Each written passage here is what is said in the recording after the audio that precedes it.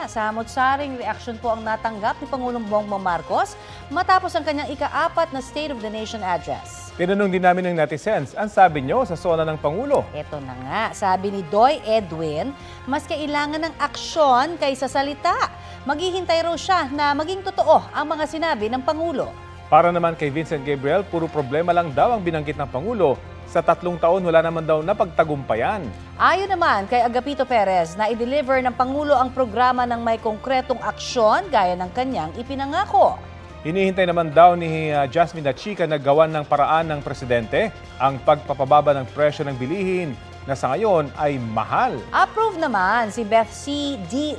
Rosa sa naging sona ng Pangulo. Ginagampanan daw kasi ng Pangulo ang kanyang makakaya para maiangat ang antas ng pamumuhay ng mga Pilipino. Nakulangan naman si Joan de los Reyes dahil walang susunod na hakbang para solusyonan ang ilang problema ng bansa.